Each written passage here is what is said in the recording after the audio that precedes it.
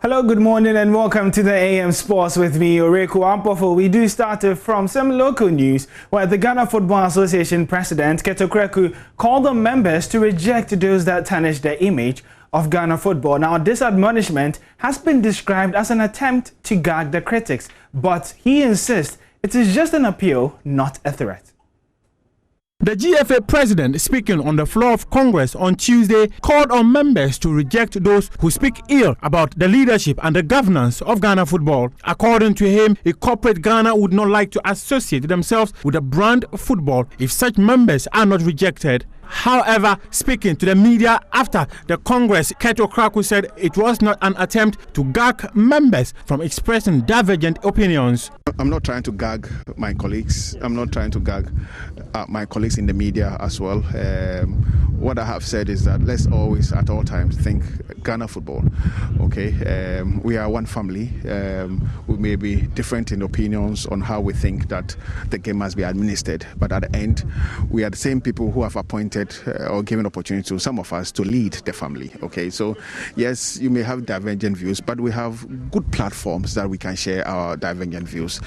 Typical example being the Congress of the Football Association. So I'm saying that, look, yes, let's keep to our divergent views, but let's hold on to occasions like this where, as a group, we come together and we dissect our football business and then speak about issues that affect us in common and then find very good solutions to our problems. Okay, we shouldn't resort to the public space. Kurt believes that when there's positivity surrounding the product Ghana football, corporate bodies will be interested in investing in the game of football. He believes in the next 2-3 years, Ghana football will be great.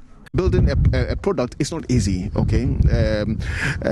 We'll go through challenges, but when we believe that ultimately we want to position Ghana football in a certain light, we'll always be positive. And you could see that in the beginning of the season, when we were very positive, it affected every facet of the football. I mean, attendances started to come up, media people were interested, corporate Ghana started becoming more interested, and then boom, we had the COVID. So I'm very positive about the future. I think that we have a very good team at the council level. Gradually, we're building the capacity at the administrative level, at the secretariat, across the region also.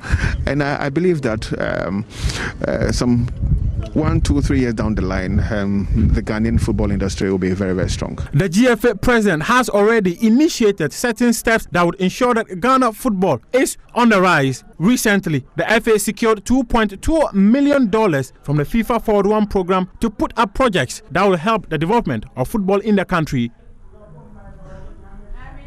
Meanwhile, on Tuesday, the GFA Congress approved of a 71 million Ghana cedis for the next financial year. Randy Abe says that generating the revenue to meet this target is feasible. Eyebrows were raised after the approval of the monthly allowances and other entitlements of GFA boss Keto Kreku, Vice President Mark Addo, and the rest of the Executive Council members. The emoluments recommended by a 3-man committee proposed that GFA President Keto Kreku should be given a monthly allowance of 12,000 Ghana cedis, 7,000 Ghana cedis for the Vice President, and 4,000 Ghana cedis for the rest of the Executive Council. Amongst those who disapproved the money was the owner of King Faisal Football Club, Alhaji Grusa, who stated publicly that the amount is outrageous. However, Executive Council member Randy Abe told Joy Sports that the ad hoc committee's recommendation is not out of place. Why are people not even speaking to the fact that the last time we paid ex gratia of $15,000 to each member, this particular ad hoc committee has scrapped that. So there's no longer the issue of ex gratia or $15,000 or whatever it is. You know, why are people also not focusing on that? That look, that has been taken away. You get what I'm saying? But for me, the most important thing is that for transparency, for accountability, for checks and balances, the framers of the statute realize that, look, it is wrong for the ESCO to determine its own allowances, approve same and appropriate same. And so, look, it must be given to Congress. I think it was a good idea. And it's good that it came here. People have freely expressed their views. The Congress has taken a decision And that's it. Another notable approval at the 26th Ordinary Congress was a budget of 71 million Ghana cedis for the next financial year. Randy Abe believes generating revenue to meet the budget is possible. I would say that is largely feasible because it's also against the backdrop of a lot of dedicated funds that are going to come from FIFA.